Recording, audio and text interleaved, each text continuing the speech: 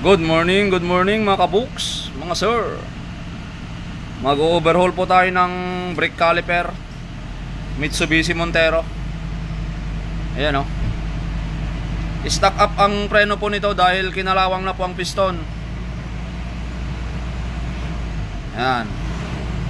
Hindi po tayo naninira, pero ang totoo dito, yung huling gumawa dito, hindi niya ikinabit ng maayos tong guma, mga sir. Dapat tong guma na to nakakabit dito sa loob. Tuloy pong panoorin ang ating video para makita po ninyo kung paano natin ilalagay ito na hindi po siya kakalas, mga sir. Okay, tatanggalin na po natin. Ito, pwede nyong ipukpok sa kahoy. Yan. Pwede rin sa semento. Kaya lang medyo magasgas yung ano ninyo, yung ganito ninyo, pag ganyan mo. Siyempre, magagasgas yan. Pwede rin, pero kung may kahoy dyan na makapal-kapal, mga sir, yun o, tanggal na. O, sige na.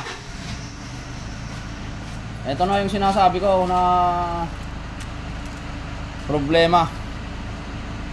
Dahil dun sa napasukan ng dumi. Tubig, ganoon. Ano? I-try kong lilinisan to. Makita natin kung okay pa. Kung dumi lang po ba ito or mayroon lang ano, may tama na yung mismong piston nya. I-brush natin, mga sir. Wire brush.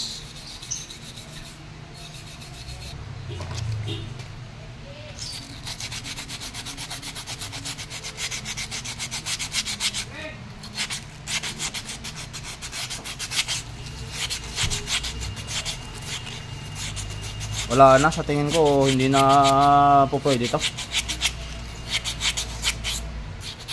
Wala na. Ito, mga kabox, mga sir, oh. Wala na, hindi na po pwede ito. Ayan, oh.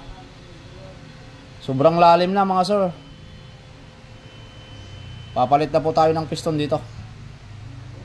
Yun, oh. Nililinis na ni Louie Boy. Yan, kinukot-kot niya yung mga kanal-kanal na dyan. Lagayan ng guma. Yan o, may kalakalawang pa. Lilinisan niya yan ng maigi. Para lang sa ganon, hindi po pagsimulan ng kalawang, mga sir. Okay, linisan mo lo. Okay, mag-uumpisa na tayong mag-assemble, mga sir. Ito yung mga gagamitin natin pyesa, oh. Yan. Piston. Siyempre, titingnan nyo kung parehas ang ano nyan, sukat, diameter, yung o-ring,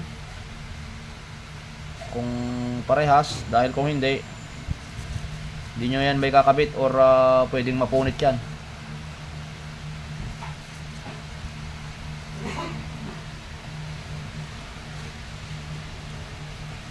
Kagaya nung sinabi ko, ipapakita ko kung paano natin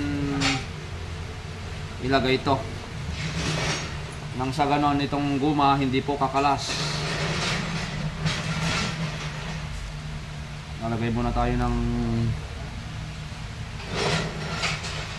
grasa.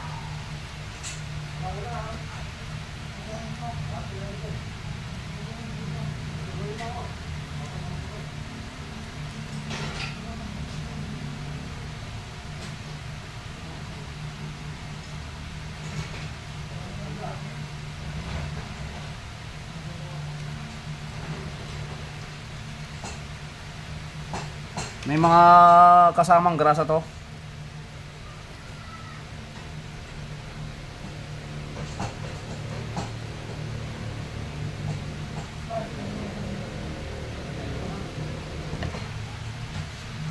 Siyempre ilalagay na natin to. Ngayon.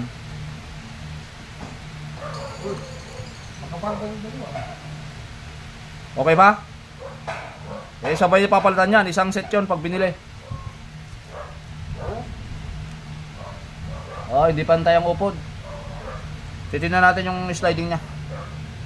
Pakita mo kay Philip, sir. Yun o, nakabit na natin.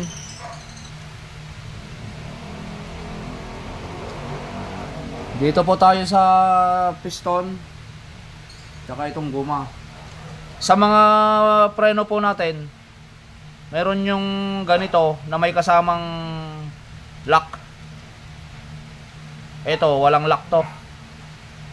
Ilalagay na agad to dito sa piston. Yan, ganyan mga sir.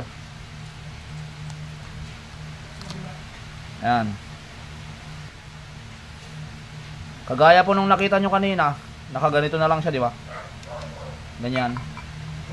Ngayon, ipapakita ko sa inyo, maglalak dapat to. Ang gagawin nyo dito, ganito.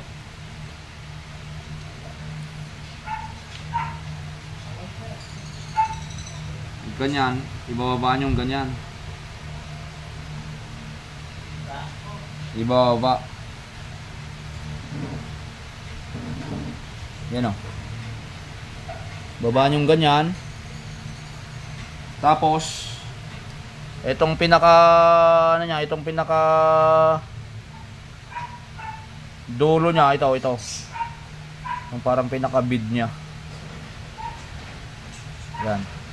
Ipapasok na natin agad dito. Ito sa pangalawang kanal na to. O pangalawa o itong una. Kasi may dalawang kanal yan, yung para sa o-ring tapos yung isa para dito sa guma. Yan, papasok to. Ikakabit na yan.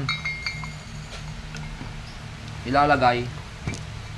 Ito yung part na medyo challenging dito mga sir. Ilalagay na ganyan. Oh, kumalas. Kapag kumalas, babalik nyo lang dito. Ganyan. Ayan o. Babalik nyo lang. Ulitin nyo lang yung procedure. Tapos ikakasar ito. Pero medyo hindi masyadong makita sa ating video, pero at least na ano natin, ipakita natin. Ilalagay nyo lang yan. Mano-mano yan, kakamayin nyo. Ganyan.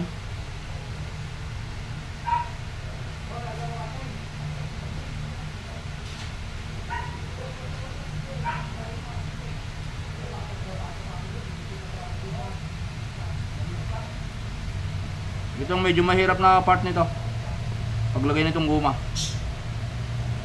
Kaya minsan kumakalas to kasi hindi pa sigurado na kumapit na. Pinapasok na po natin si piston. Dapat to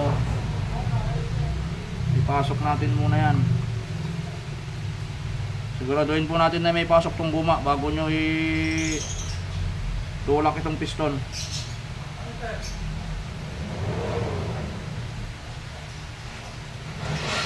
Ayan o. Ayan mga sir o.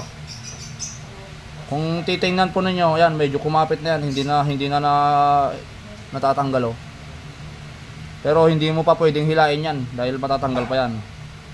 Pag masdan po natin ng maigi, ayan o. Medyo kumapit na yan. Pumunta na yan sa kanal nya. Doon sa pesto nya. Susunod dyan,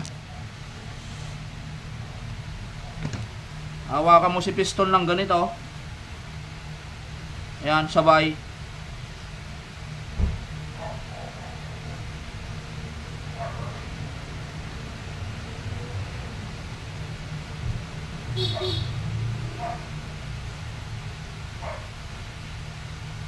Ayan o.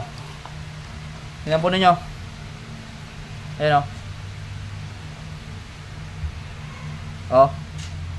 Tapos ipupush mo lang na gano'n. Yun, pasok. Susunod na procedure, titingnan natin kung talaga nga bang pumesto yan doon sa kanal niya mga sir. Ito lang ang point ng ating video kung paano natin ikabit tong guma na to sa ganitong type ng repair kit. Walang lock, walang alambre na lock. Yan, hindi ko na po kinumpleto ang video simula dun sa pagbaklas hanggang pagkabit.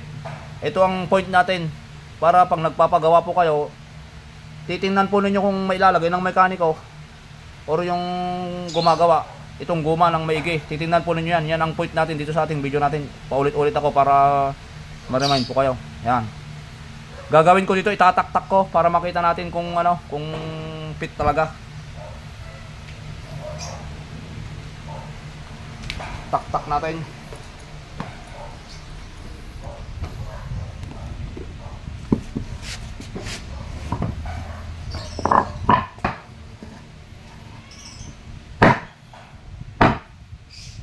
Palabasin natin yung piston mga sir.